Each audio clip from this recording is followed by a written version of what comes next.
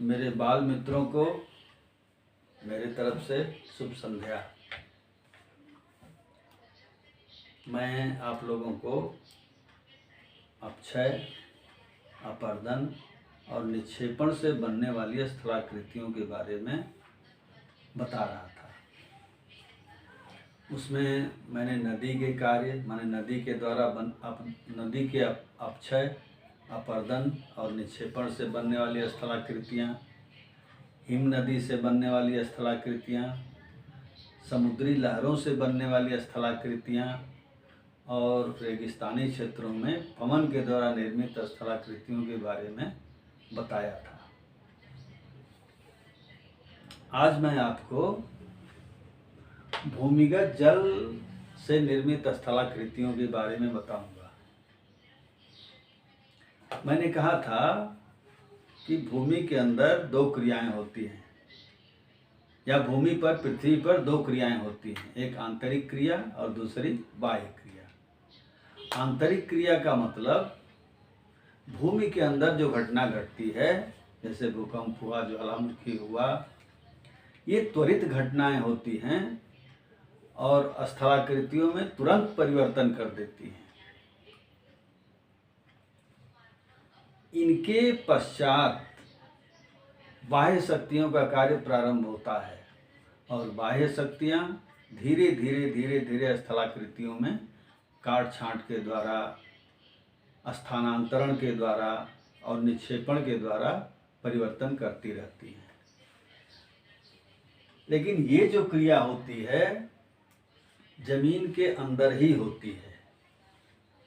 वैसे भूभागों में जहाँ चूना पत्थर पाया जाता है, चूने की शैल पाई जाती है, वहाँ भूमिगत जल का कार्य स्पष्ट रूप से दिखाई देता है।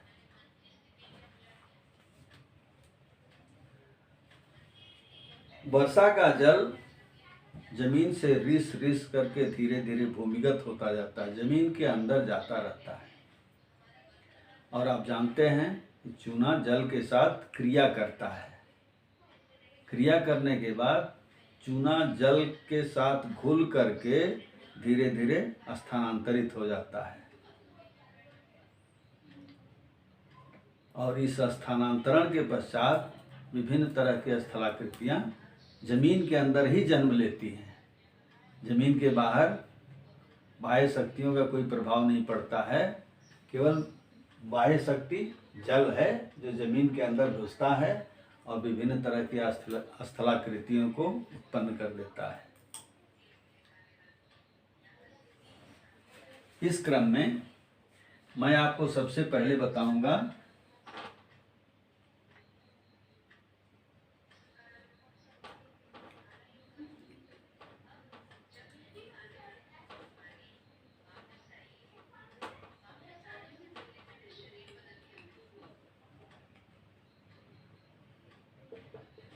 स्टेलेक्टाइट।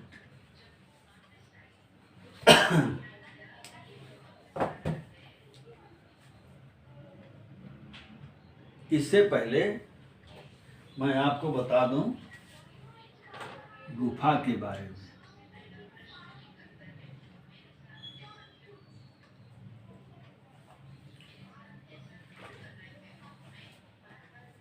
भूमि के अंदर जैसे मान लो ये कमरा है, पूरा चूना पत्थर है, इसमें चूने पत्थर की शैल है। ऊपर से छत जो है वो उसके ऊपर जमीन है। ऊपर से पानी इस रूम में घुसते आ रहा है, इस कमरे में प्रविष्ट हो रहा है बूंद बूंद करके, और चूना धीरे धीरे घुलते जा रहा है, घुलता जा रहा है। घुल करके वो कहीं न कहीं से जगह बना करके जल के साथ चूना स्थानांतरित हो जाता है। अब ये स्पेस हो गया, पूरा कमरा कुछ दिन के बाद खाली हो गया। ये क्या बन गया? गुफा बन गई, भूमिगत गुफा। फिर से सुनिए इसको। भूपटल से नीचे रिसता हुआ जल, जहाँ चूना पत्थर की शैल पाई जाती है, उसमें मिलता जाता है और जल के साथ चूना क्रिया करता है। क्रिया करके घुल कर एक स्थान से दूसरे स्थान तक चला जाता है। तो जमीन के अंदर जो स्पेस बन जाता है एक तरह का, उसे भूमिगत गुफा कहते हैं।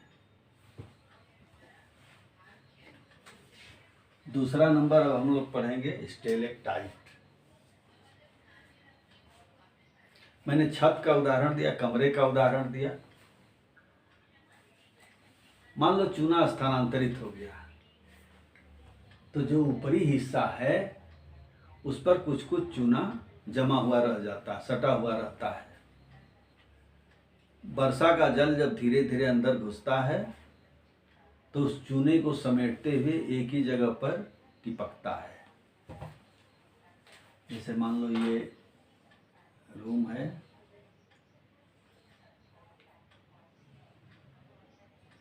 ये गुफा बन चुकी है। यहाँ का चूना मिश्रित जल धीरे धीरे बाहर निकल गया। तो यहाँ से एक एक बूंद करके चूना मिश्रित जल टपकता है नीचे। तो पहले जब जल बूंद के रूप में इकट्ठा होता है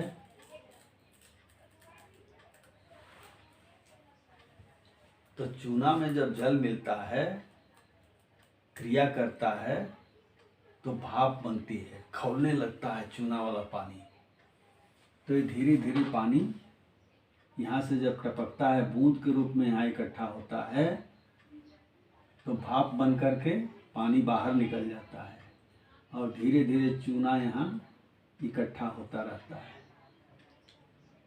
मधुमक्खी के छत्ते की तरह से।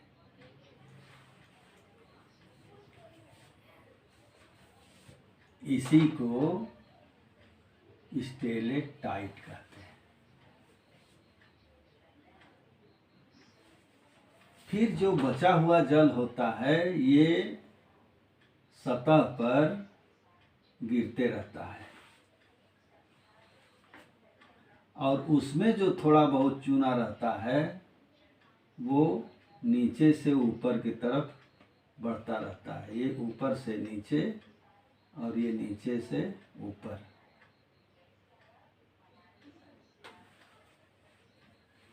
कुछ दिन के बाद, कुछ वर्षों बाद, कुछ सदियों बाद ये एक पिलर बन जाता है। इसको स्तंभ कह लेते हैं।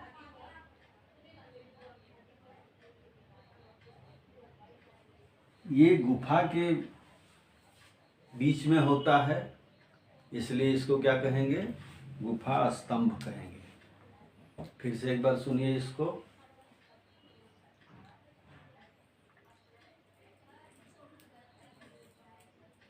मैंने उदाहरण दिया था कमरे का कि ऊपर छत से चूना मिश्रित जल जब नीचे टपकता है तो जल वाष्प बन करके उड़ता रहता है, चूना गाढ़ा हो जाता है और ये ऊपर छत से, गुफा की छत से नीचे एक एक बूंद करके टपकता रहता है और उसके साथ चूना जमा होता जाता है। ये ऊपर से नीचे की तरफ, माने मधुमक्खी के छत्ते की तरफ जो आकृति बनती जाती है, इसको स्टेलेक्टाइट कहते हैं। ये देखिए नीचे से, मैंने कहा ये नीचे से चूना ऊपर की तरफ बढ़ते जाता है, उसमें जो थोड़ा बहुत चूना बचा हुआ रह जाता है जल के साथ जो टपकता है, तो जिस स्थान पर टपकता है हमेशा उसी स्थान पर टपकते रहता है। और ये नीचे से ऊपर की तरफ, माने उल्टा मधुमक्खी के छत्ते की तरह एक आकृति बनती है।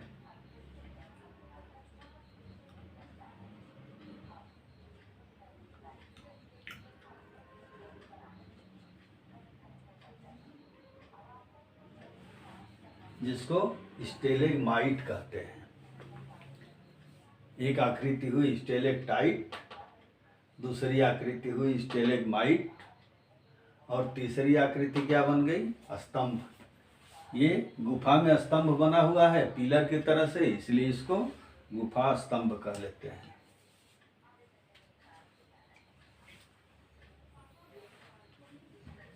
इसको मिटाएं।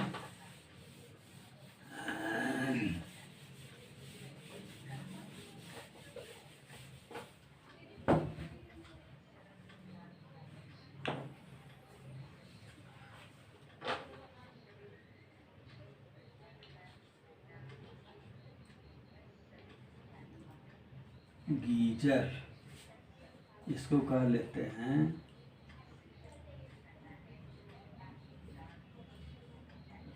गर्म पानी का झरना।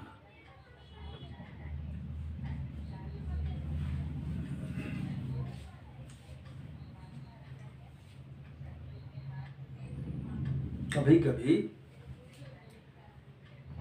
मैंने कहा आपसे कि चूने के साथ जब जल क्रिया करता है तो जल बहुत गर्म हो जाता है, खौलने लगता है।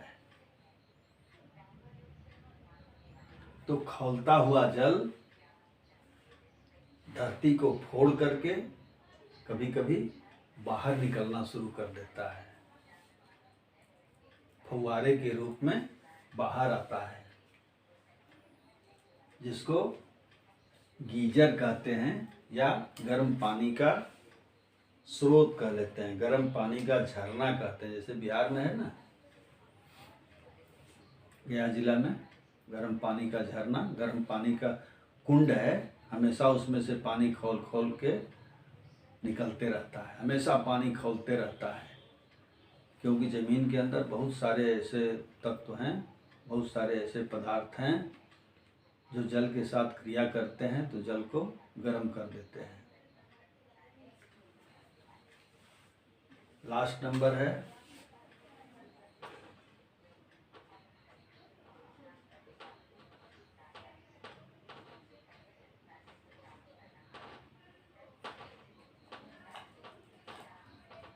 पाताल तोड़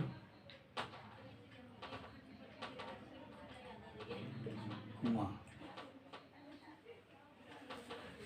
इसको उत्सृत कूप कह लेते हैं।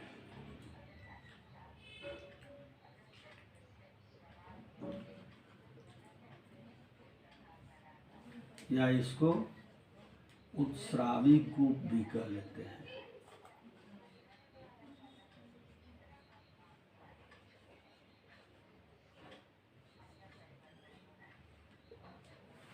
उत्सृत कूप, उत्स्रावी कूप या पाताल तोड़ कुआं। जब किसी भूभाग की बनावट प्याली की तरह होती है,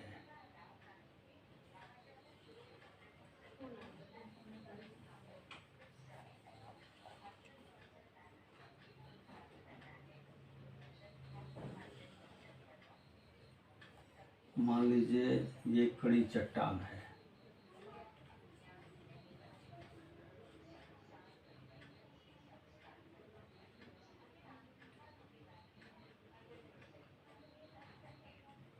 और ये मुलायम चट्टान है।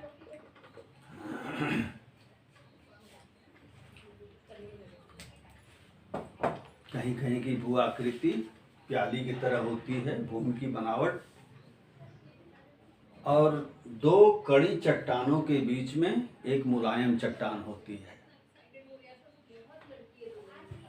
वर्षा का जल इन मुलायम चट्टानों से होते हुए धीरे धीरे जमीन के अंदर इकट्ठा होता रहता है, पूरा भर जाता है ये वर्षा का जल इसमें। किसी भी कारण से जब ये कड़ी शैल में दरार पड़ जाती है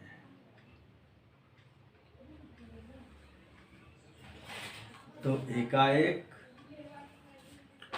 भूमिगत जल जो होता है, जमीन के अंदर जो जल इकट्ठा हुआ है, वो फव्वारे के रूप में बाहर निकलना शुरू कर देता है।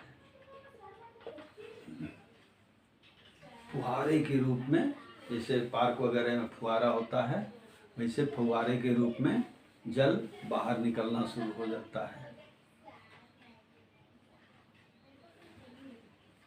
इसी को ही पाताल तोड़ कुआं कहते हैं, या उत्सुक कूप या उत्स्रावी कूप। अमेरिका के आर्टीज नगर में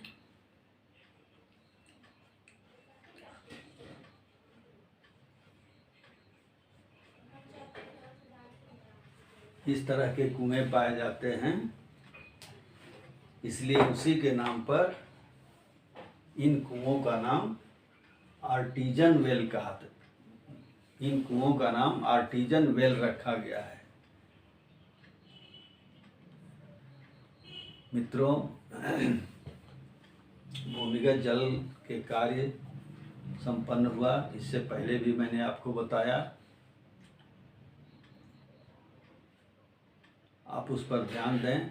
वैसे बहुत सारी छोटी मोटी स्थलाकृतियाँ और भी बनती रहती हैं, लेकिन जो मुख्य स्थलाकृति थी वो मैंने आपको बता दिया। मेरे प्रिय मित्रों, मैंने जो विषय वस्तु आपको दी, यदि वो आपको अच्छी लगी हो तो इस वीडियो को लाइक कर दें और विषय वस्तु को अपने तक ही सीमित नहीं रखें, बल्कि उसको अपने दोस्तों के साथ शेयर करें। और मुझसे जुड़े रहने के लिए इस चैनल को सब्सक्राइब कर दें।